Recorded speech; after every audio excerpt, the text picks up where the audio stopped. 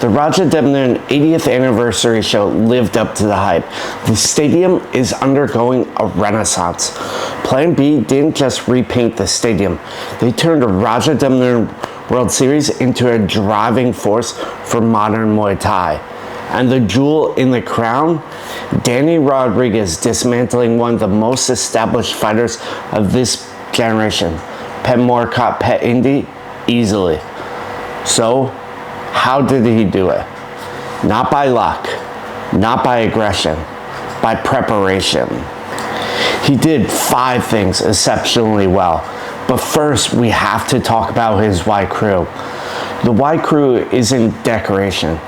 It's tradition, it's intention, it's psychological. The pre-fight dance is a massive part of Muay Thai. It's a way for the fighters to pay homage and respect to their teachers, family, and supporters. Dani used the Wai Kru to assert his dominance, symbolically shooting arrows at Petchmorakot. His slow and patient demeanor showed his opponent and the crowd that he was prepared and focused. It was taught to him by the legend himself, Wai Kru. I learned this Wai Kru from Wai Kru.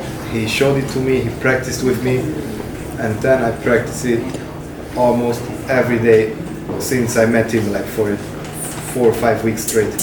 My motivation to learn Wai Kru is to put Muay Thai out to the world, that it's not just fighting, that's just not aggression, it's a cultural art. So you have many beautiful things in the sport, like the Wai Kru, traditions and everything. As he entered the first round, Dani was fighting and learning. The first round was a test round, like my coach said.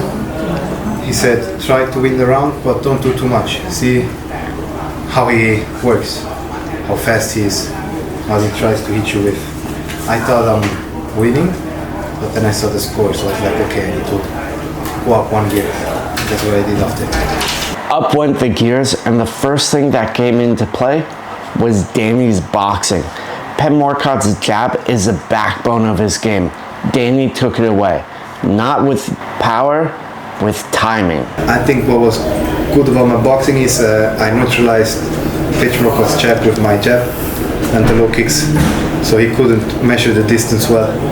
This was a game changer for him. Normally he uses the jab a lot, but this time he couldn't. With the jab established came the second point of 5, the leg kicks. They destabilized Petchmorakot and caused early and consistent damage throughout the fight. Petchmorakot is strongest when he's balanced. Dani made sure he wasn't. Low kicks didn't just score, they destabilized. Every kick slowed the counters. He punctured the tires of Petchmorakot and slowed him down round by round. By slowing down Petchmorakot, he was able to use his defense, the third point of 5, his head movement. He saw the punches coming and was able to slip out of the way. Fighting is just as much about doing damage as it is about not getting hit. Of course, you can't talk about Petchmorakot without talking about the clinch. He is a high-level Muay Thai fighter, so Dani worked to stop that. He relied on constant hand fighting, positioning, and lateral movement to neutralize Petchmorakot's clinch. I worked a lot in the clinch. 1 week before the fight, they killed me.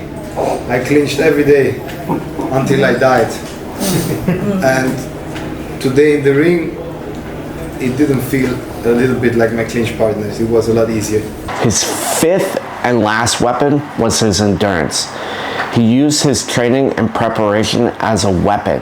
He worked and worked and worked some more. He went to Phuket to focus. He ran hills, gained muscle, and dedicated his life to this fight. You can see it in the pressure he put on Petchmorakot. This tired his foe. Petchmorakot started looking at the clock, a clear sign the pace was getting to him. Petchmorakot did have his weapons. He's a dangerous fighter and a worthy opponent. The problem was he's very hard to hit, and you cannot load up big punches. You cannot throw combinations because you walk into an elbow. I walked into some, so that was the only danger of Petchmorakot. You do throw combinations, he catch you with an elbow. If you load up on a punch, he lean back and catch you with an elbow. But at the end of 5 rounds, discipline outweighed the risk. And by the end, the result was clear. This wasn't a fluke. It was a lesson in Muay Thai IQ and discipline. Dani Rodriguez didn't beat Petchmorakot by being more aggressive. He beat him by being more complete. Culture, preparation, tactics. So what's next for Dani?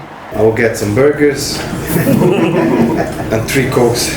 And then I'll sleep for 12 hours. Well earned. And if you like this video, make sure to check out more about Dani Rodriguez right here.